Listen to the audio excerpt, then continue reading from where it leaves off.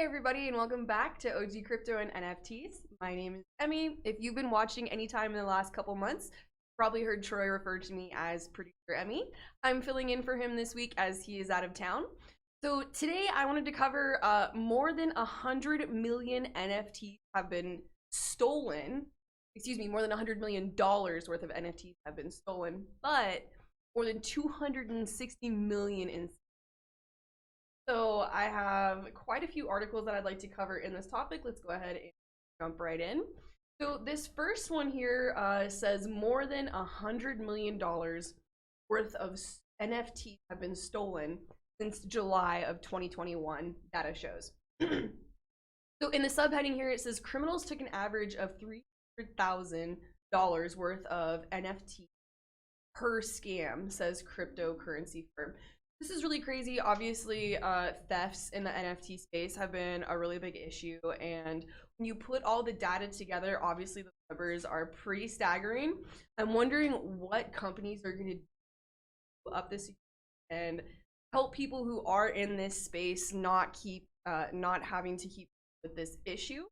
Like I said, go ahead and look into this article, guys. It's from The Guardian. Really interesting stuff here. So our next article says launch of the Hyundai Venue N line in Metaverse.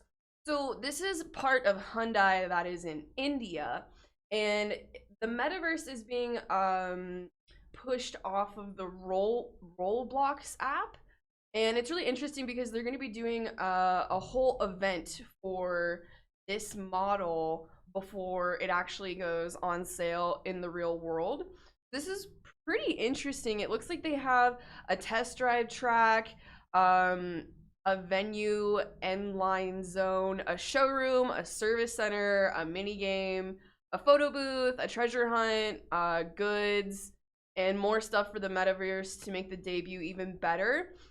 Each one will have a wide range of immersive activities that will give people a one-of-a-kind experience. So this is really interesting. I think as we keep moving forward, we're going to see a lot of companies doing stuff like this, where we'll get some sort of metaverse or NFT or coin or some sort of digital asset that will come out before the physical product does. So that's really interesting. I think this is something to keep an eye on, and Hyundai is very forward thinking for having its advertisement and stuff. Our next article, it says Ripple expands into second largest Arab economy via partner Tranglo. I think it's Tranglo. If not, sorry, Tranglo. But this is really interesting. So they're going to be using the Ripple ODL, which means on-demand liquidity, service for its payment corridors after they did a test. So last year they did a test in September with 250,000 transactions totaling 48 million completed in the first 100 days.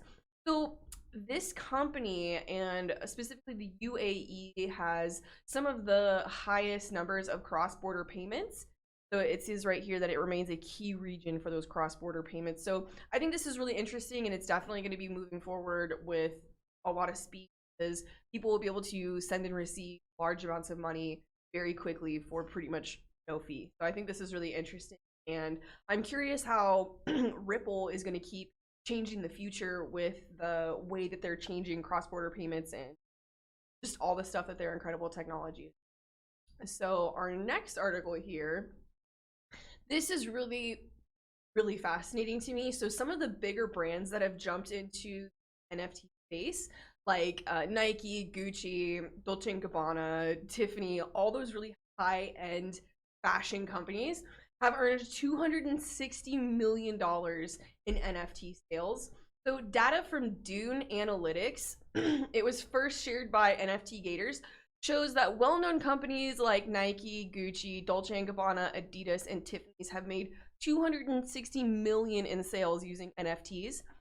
Nike came in first, and it says that the launches had made 185.3 million in sales and 1.3 billion on the secondary market, which that's absolutely staggering.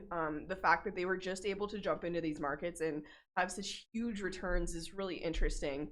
Dolce & Gabbana has made a total of 25.6 million in fashion sales since the NFT token came out, which we did cover that with the CryptoPunks, where they were making their own jewelry. That only came out a few weeks ago, maybe 3 weeks at most, and Tiffany made 12.6 million from those NFT sales. That's absolutely insane. Gucci made 11.6 million through NFTs, and Adidas made 10.9. So I think this shows that adoption and the mainstream market is absolutely well on its way when it comes to digital assets, NFTs, and cryptocurrencies, man. I just think so. Our next article here really drives home kind of what I was just saying. So these bored apes will melt in your mouth. Eminem released NFT candy.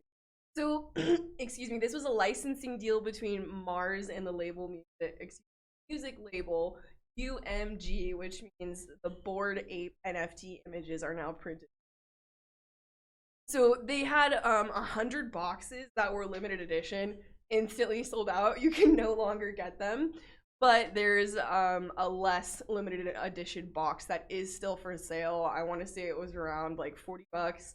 And there's also like a tube of candy with a Bored Ape printed on the top that you can get still, which I want to say it was around like $60. But yeah, this is pretty silly. If you really like the Bored Ape Yacht Club or Yuga Labs and you're just super into it, go get one. Why not? It's fun. It's definitely different. I'm curious what's gonna come next. We've seen a lot of different companies doing stuff with the Bored Apes and their NFTs, and I'm just curious what the future is going to hold on all that. So thank you so much for tuning in, guys. I hope you like these updates. If so, please hit the like button, smash that subscribe button, bow, bow, bow, and we will be back with more news for you tomorrow.